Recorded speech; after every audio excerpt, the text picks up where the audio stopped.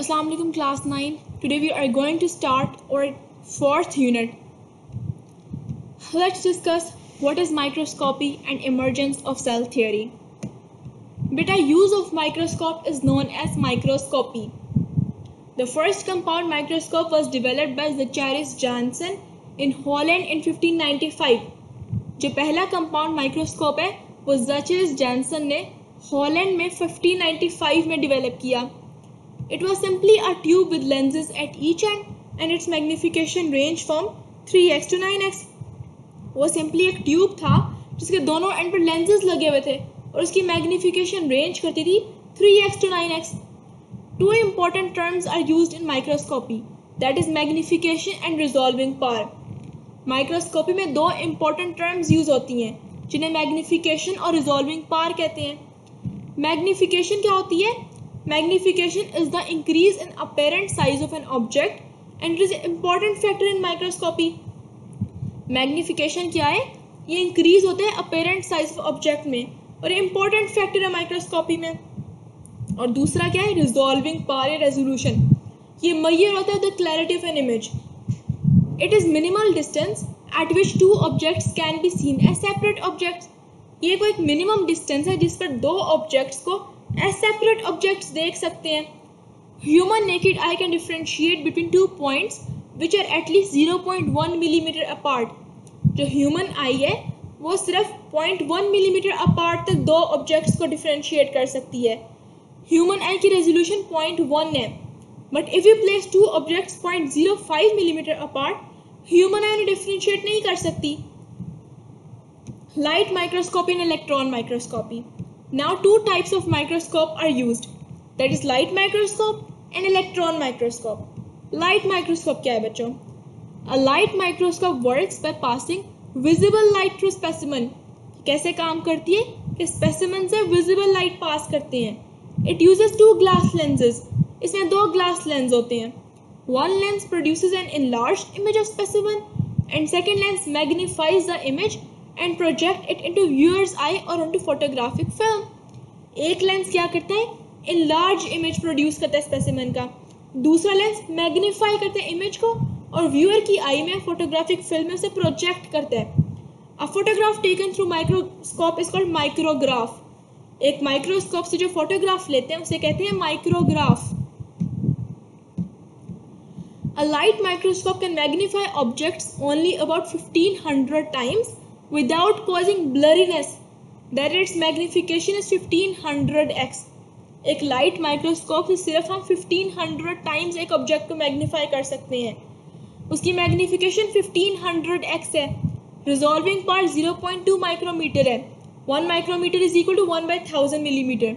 इन other words, light microscope जो है सिर्फ 0.2 μm तक distinguish can not resolve objects as small as 0.2 μm. It is about the size of smallest bacterium. जो image है bacterium का can be magnified many times, but light microscope can not show details of internal structure. Electron microscope. It is the most advanced form of microscope. जो electron microscope है ये most advanced form है. Electron microscope में objects and lens are placed in vacuum chamber. जो object और lens हैं वो vacuum chamber में प्लेस करते हैं. And a beam of electrons is pass through object.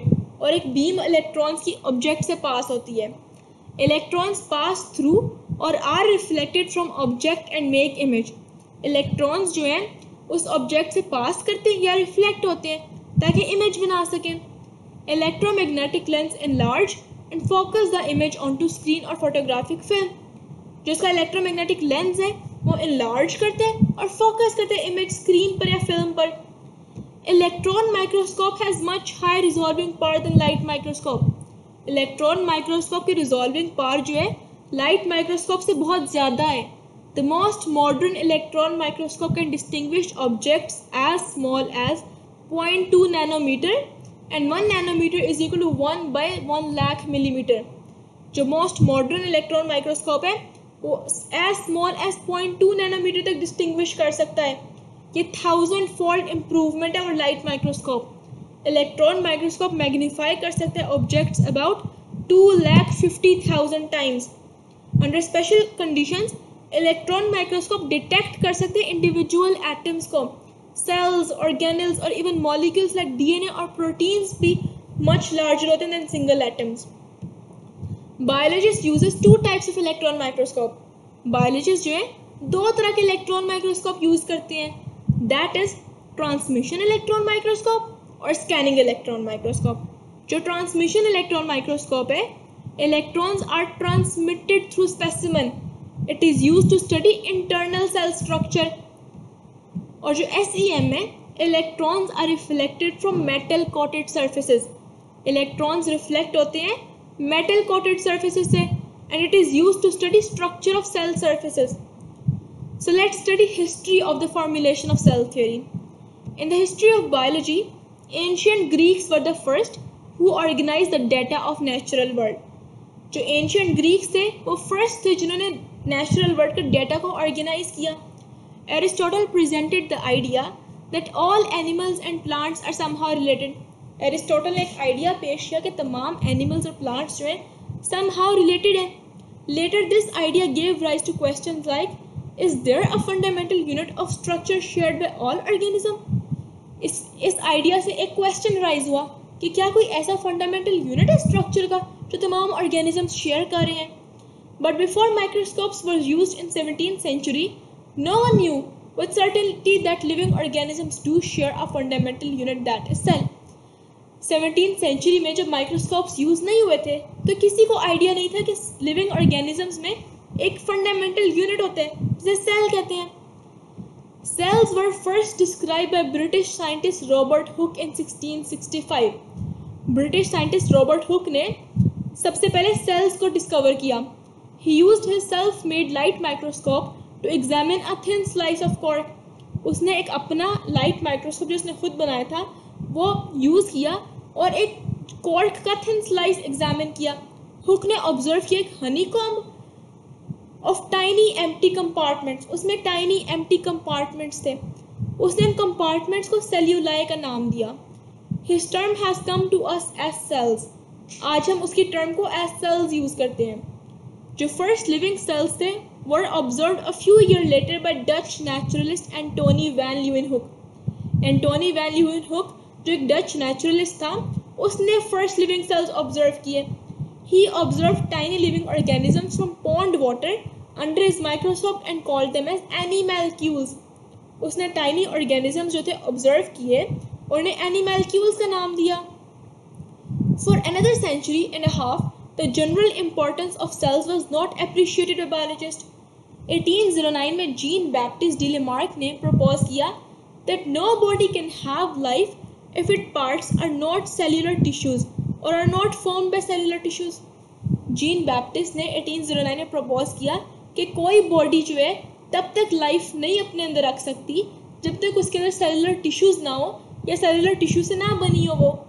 1831 में ब्रिटिश बॉटनिस्ट रॉबर्ट ब्राउन ने न्यूक्लियस डिस्कवर किया। 1838 में जर्मन बॉटनिस्ट था मैथ्यू श्लेडेन जिसने प्लांट टिश्यूज को स्टडी किया और फर्स्ट स्टेटमेंट दी सेल थ्योरी की। बच्चों सेल थ्योरी की फर्स्ट स्टेटमेंट मैथियस ने दी। He stated that all plants are aggregates of individual cell which are fully independent. उसने कहा कि तमाम प्लांट्स जो हैं एग्रीगेट्स हैं इंडिविजुअल सेल्स के जो कि फुली इंडिपेंडेंट है। एक साल बाद 1839 में a German zoologist Theodor Schwann reported that all animal tissues are also composed of individual cell. उसने रिपोर्ट किया कि तमाम एनिमल टिश्यूज जो हैं इंडिविजुअल सेल में होते हैं। दस श्लीडन एंड श्वान प्रपोज सेल थ्योरी। 1855 में रुडोल्फ विर्चो जो एक जर्मन फिजिशियन था उसने प्रपोज की इम्पोर्टेंट एक्सटेंशन सेल थ्योरी की। उसने प्रपोज किया कि तमाम लिविंग सेल्स अराइज होते हैं फ्रॉम प्री एग्जिस्टिंग सेल्स। 1862 में लुइस पैस्चर ने प्रोवाइड किया एक्सपेरिमेंटल प्रूफ इस आइडिया का। अब जो सेल थ्योरी है ये मोस्ट फंडामेंटल नॉलेज है बायोलॉजी में, वाइड रेंजिंग इफेक्ट्स है इसके तमाम फील्ड्स में। After initial presentation of cell theory by Schleiden and Schwann many details were extended. Cell theory जो कि मॉडर्न फॉर्म में फॉलोइंग प्रिंसिपल्स इंक्लूड करती है। All organisms are composed of one और more cells. Sales are smallest living cells जो कि basic unit है organisation के तमाम ऑर्गेनिजम्स के। सेल्स अराइज होते हैं by divisions in previously existing cells. Very important short question, cell theory के postulates आ जाते हैं अक्सर. So what is subcellular or acellular particles? According to first principle of cell theory, all organisms are composed of one or more cell. जो first principle था cell theory का, उसके according तमाम organisms में they composed of one or more cell.